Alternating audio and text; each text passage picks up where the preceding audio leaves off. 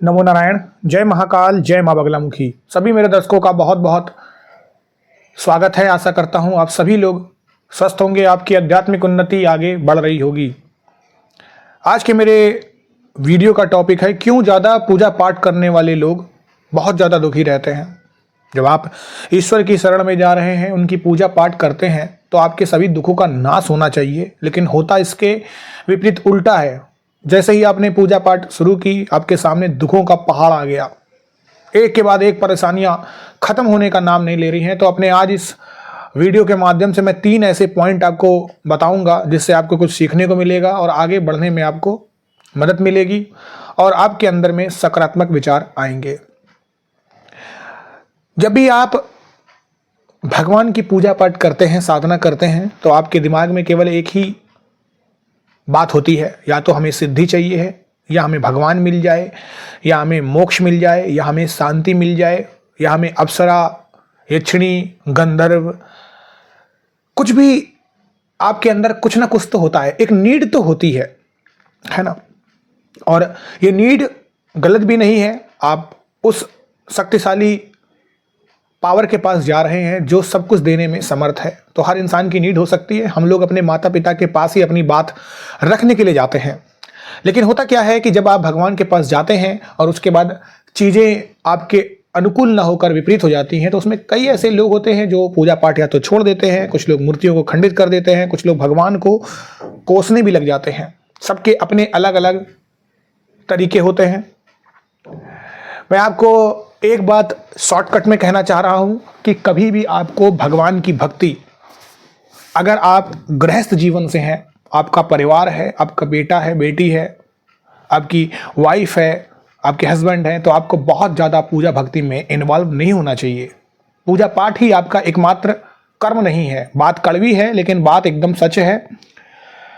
आपको पूजा पाठ को एक तरीके से डेली रूटीन के तरीके से याद करना चाहिए। ईश्वर ये नहीं कहते हैं कि आप पूरे दिन भर उनको याद करो। ईश्वर कहते हैं कि तू मुझे याद कर। अब याद तू कब करता है, बस उतना काफ़ी है। जिस तरीके से आप पढ़ाई करते हैं, अपनी डेली रूटीन करते हैं, उस तरीके से आपकी पूजा भक्ति भी एक रूटीन में शामिल होनी चाहिए। तो पूजा भक्ति एक मार्ग है और ये डिसिप्लिन के बगैर नहीं आ सकता है। तो आप अगर 1 घंटा 2 घंटा सच्चे मन से सुबह या शाम कभी भी करते हैं, तो ये आपका एक अनुशासन होता है, यह आपका एक डिसिप्लिन होता है। तो उसी तरीके से पूजा पाठ को करना चाहिए। जो भी इंसान पूरे दिन भर अपने घर परिवार को छोड़कर, अपने बच्चों पर, अपनी फैमिली पर, अपनी जिम्मेदारियों के प्रति हटकर ये काम करता है, उसके मन में वैराग्य उत्पन्न हो जाता है। वो इंसान अपने कर्मों से हट जाता है। अब वैराग्य उत्पन्न होने का मतलब ये नहीं है कि आपको भगवान मिल जाएंगे, बिल्कुल नहीं मिलेंगे, क्योंकि आपने उन लोगों की हाय ले ली है और अपने ऊपर पाप चढ़ा लिया है। तो ऐसा कदापि ना करें। अगर आपके मन में वैराग्य उत्पन्न होना ही एक मात्र आपका एम था, तो आपको फिर ये सब चीज़ें नहीं करनी थी। आपको अपने फैमिली को अधर पे नहीं लटकाना था।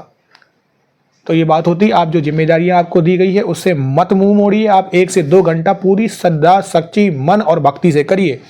एग्ज़ाम में अगर आप अच्छे से याद करके 1 घंटा भी याद करते हैं डेली और लिखते हैं, तो आप अच्छे से लिख पाते हैं। लेकिन अगर आप पूरे दिन भर किताब खोल के बैठे हों और आपका मन कहीं और पे हो, तो कभी भी आप अच्छे नंबर या अच्छे मार्क्स नहीं ला पाएंगे। तो ये जो पूजा है, ये साधना है, ये भक्ति मार्ग भी एक तरीके से एक एग्ज़ाम है आपका। तो जो लोग ऐसा करते हैं वो लोग भी ज़्यादा दुखी रहते हैं। पहला कारण यही है, क्योंकि उन्हें उस तरीके की सफलता नहीं मिलती है। और इसके साथ साथ जो भी आप काम अच्छे पुण्य कर रहे हैं, वो सब इन हाई की बदौलत कटता चला जाता है। पहला यही पॉइंट है।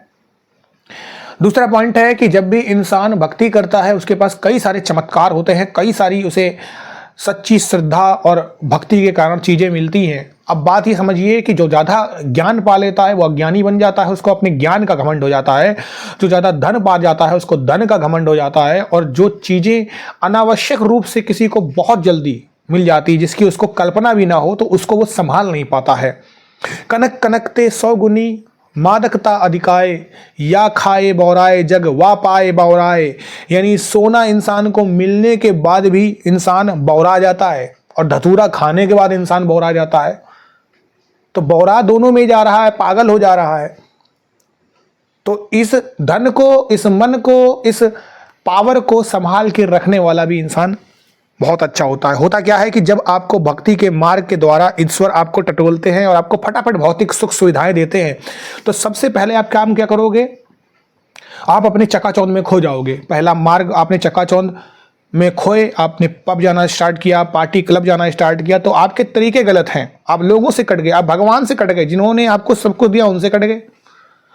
आप अल्कोहल पी रहे हैं, आप मांस मच्छी खा रहे हैं, चीज़ें आपने स्टार्ट कर दी हैं और आप भक्ति भी कर रहे हो, तो ऐसा नहीं है। आप मंगलवार की पूजा में कुछ नहीं करते हैं लेकिन हर दिन करते, तो ये गलत है ना। आप पूजा पाठ करते हैं, साधना करते हैं, उसके बाद आप बुरे कर्म करते हैं, लोगों को डांटते हैं, गाली देते हैं, घर में मारते हैं, झगड़ा करते हैं, तो ये भी गलत कर्म है।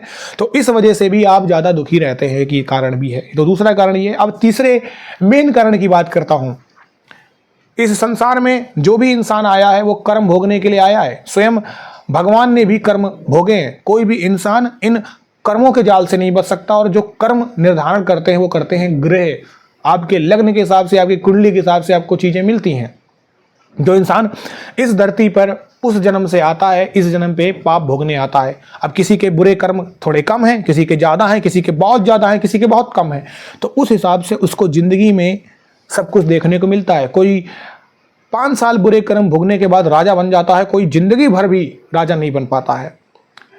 लेकिन वो इंसान अपने कर्म नहीं करता। कर्म क्या है आपके? या तो उसने मेहनत करनी नहीं चाहिए, या वो चीज़ों को गरीबपन देख के हार गया। उसने कभी अपनी स्किल्स का यूज नहीं किया, उसने कभी सोचा नहीं है कि मैं ईश्वर की भक्ति से भी ये कर्मों को अपने काट सकता हूँ। ये भी एक कर्म है भक्ति, मैंने पहले भी आपसे कहा।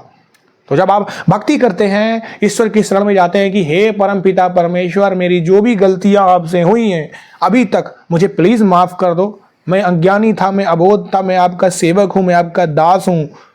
अब मैं ऐसा काम नहीं करूंगा, इस चीज की मैं सौगंध खाता हूं और अच्छे से कर्म करूंगा। अब जब ईश्वर को आपने इतना कह दिया, वो तो ईश्वर है, तो समझते हैं कि मेरा पुत्र और मेरी पुत्री मेरे शरण में आए हैं, तो क्यों ना मैं इसकी बात रखूं। लेकिन कर्मों से भी नहीं बच सकते, क्योंकि उन्होंने कहा है कि मैं इसमें इंटरफेयर नहीं करूंगा। तो वो क्या करते हैं कि उस समय को, उस चक्र को जल्दी जल्दी चलाते हैं।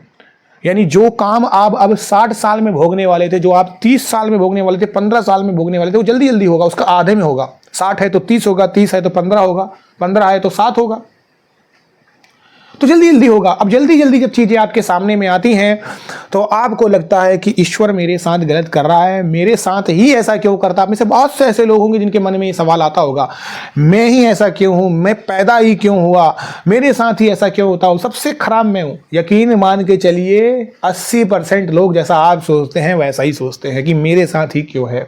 तो ये 3 बातें हैं जो मेन कारण है जिसकी वजह से आपको दुखों का सामना करना पड़ता है। ईश्वर की भक्ति मत छोड़िए, तरीके से करिए जो मैंने कहा है। अगर आपको मेरी बात समझ में आ गई है तो मेरे चैनल को लाइक और सब्सक्राइब करें। जो लोग मेरे चैनल पे पुराने से हैं, बहुत बहुत शुक्रिया अभी तक के लिए। और आप लोगों ने अपने प्यार और सपोर्ट से इस फैमिली को 1 लाख के आगे पहुंचा दिया है। Thank you so much. आप सभी लोग खुश रहें, प्रसन्न रहें। नमो नारायण। जय महाकाल, जय मां बगलामुखी।